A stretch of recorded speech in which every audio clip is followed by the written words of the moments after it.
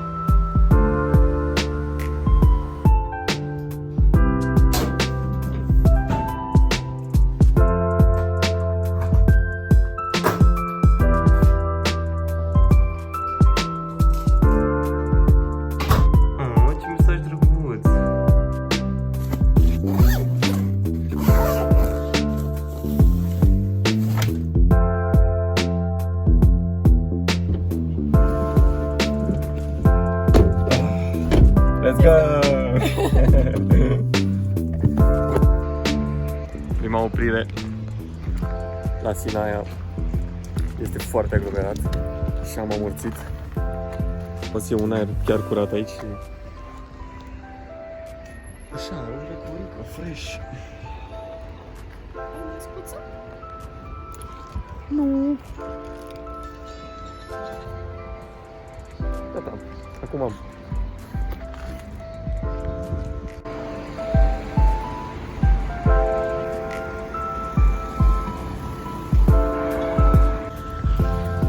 E puțin înorat afară, nu știu cum avem noi norocul ăsta. De fiecare dată când plecăm sau călătorim undeva, ori ne plouă super tare, ori e înorat. Dar tot e plăcut. E așa, foarte chill vibes, you know? I got the goodies though. Wow, ce cer plumburiu. Lasă-mă, Ioana, că filmez un cadru cinematic. Uite, sunt eu cu jumate de față și cerul ăsta trist. Tocmai le spuneam potențialilor vizualizatori ce noroc avem noi la vreme când plecăm undeva. Merge vreme. Dar noi unde mergem de fapt? Că noi n-am parcat încolo. Am parcat în spate. Deci vizualizatorilor, să știți că dacă veți mai vedea încă un vlog, cel mai probabil să vă așteptați tot la o vreme cu un cer ușor variabil, mai mult static. Uite, de asta a fost secetă, n-am plecat nicăieri în vacanță în această vară. Păi da, mă, dar uite și tu că acum e doar un nor. Nici măcar nu plouă, nici măcar nu este un nor folositor. Este cum nu se poate, da. Nu mai îmi pun, am avut aparat dentar, te înțeapă ceva în gură, zgârie ceva într-un cartof prea prăjit, o să-ți sară tot angrenajul ăla din gură. Da. Și acum mergem frumușel înapoi la mașina noastră și ne continuăm călătoria. Poate e un cățel roz. În spate e un cățel roz, stai să-l filmăm. Doamne, ce drăguț! Școala în condiții speciale, iar primăria capitalei... Toți vorbesc despre noul normal, dar noul de neprețuit. Doamnele lideri din țară de 1000 de luni sau...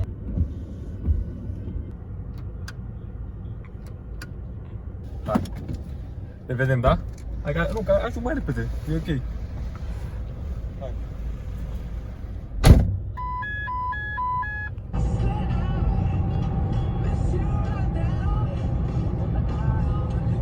3 hours later.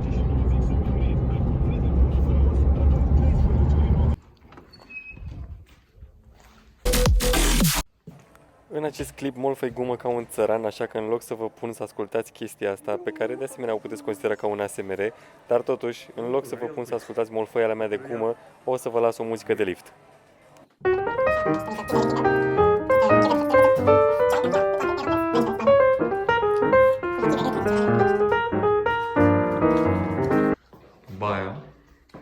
foarte bine pentru încălțat. Ia vedem. Testul lui Dorian Popa are soft close? Are soft close, nebunie!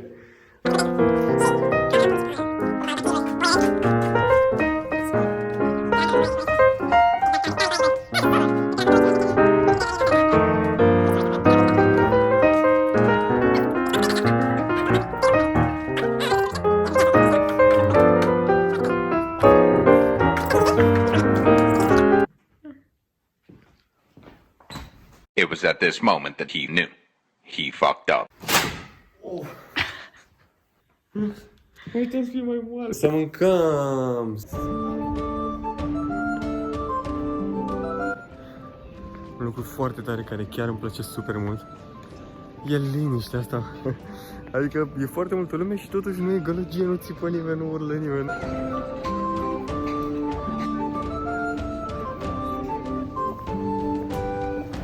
Oh, Starbucks, Ioana, Starbucks.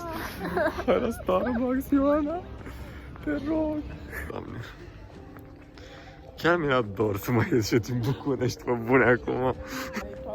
Exact, și bine meritată după o vară de muncă pentru licențe și toate cele, deci chiar merită. Suntem doi Farmaciști! Yes! Mi-a plăcut în piața asta sfatului că reclamele nu sunt colorate. Nu e ca în București unde toate reclamele sunt verzi, roșii, galbene, maro. Deci uitați-vă și voi, Sensi Blue nu este blue, este maro, ca să se integreze perfect în peisaj.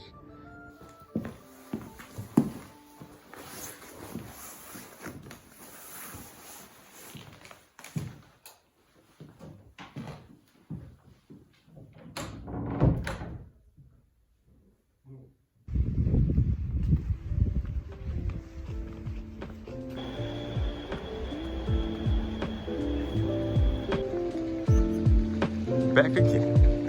Cred că se vede pe fața mea că starea mea de fapt care este folosi o cafea ca să mă revigoreze. Și apoi mergem să vizităm un muzeu al satului, din câte am înțeles, cu niște case tradiționale. Am excited.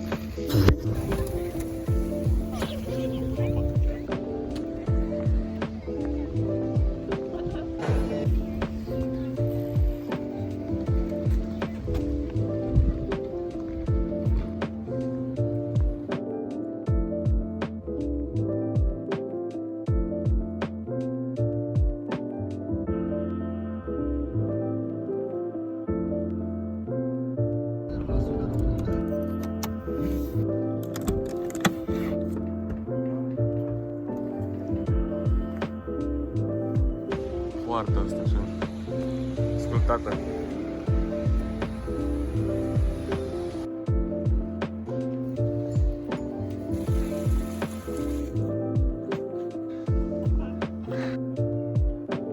Deci iubesc combinația asta de carte.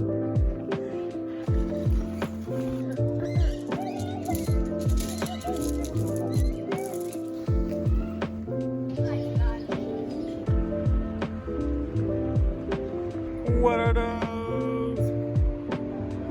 Îmi las followerii să-mi controleze viața pentru o zi. Uite, eu nu mă uit. Doar dau la pagina de deserturi, care cred că e aici, Cangreu cu o mână. Și voi trebuie să spuneți stop. Spune tu, Ioana, că... Hai, deci stai eu. Aici? Unde? Aici, nu? Mai sus? Asta? Da. Tiramisu! Ok, I'm down. Perfect. A făcut și tulip frumos. Super nice. Cafeneaua Lumos. Big up Lumos, bravo. Me like it.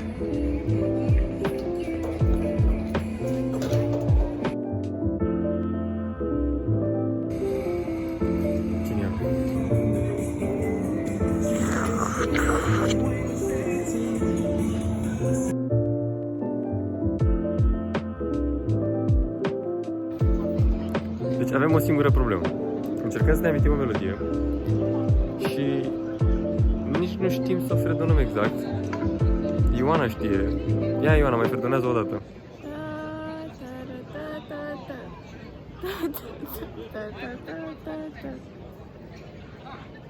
Deci vă rog, scrieți-ne în comentarii dacă vă uitați la asta, o melodie care sună cam așa.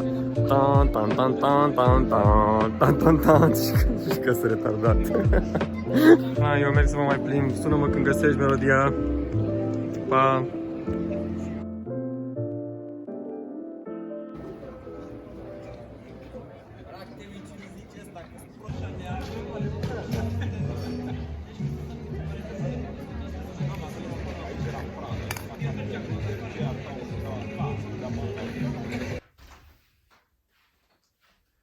Ziua 3!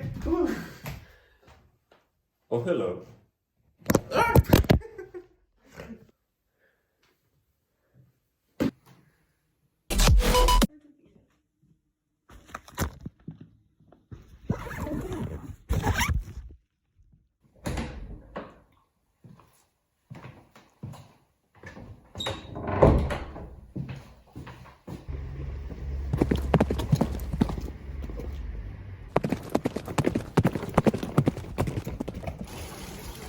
Just did a Polaroid.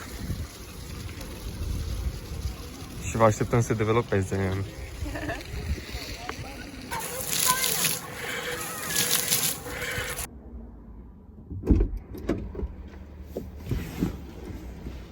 Bun, fraților, și cu asta se cam încheie și excursia noastră la Sibiu și acest vlog pe care chiar sper să-l editez de data asta, pentru că am mai avut niște tentative de vloguri acum vreun an, înainte să vină pandemia, nu mai știu, dar nu știu, nu le-am editat, nu mi-am făcut așa timpul să le editez și să le postez, dar pe ăsta chiar vreau să-l fac ca lumea și să-l postez și să văd și feedback-ul vostru.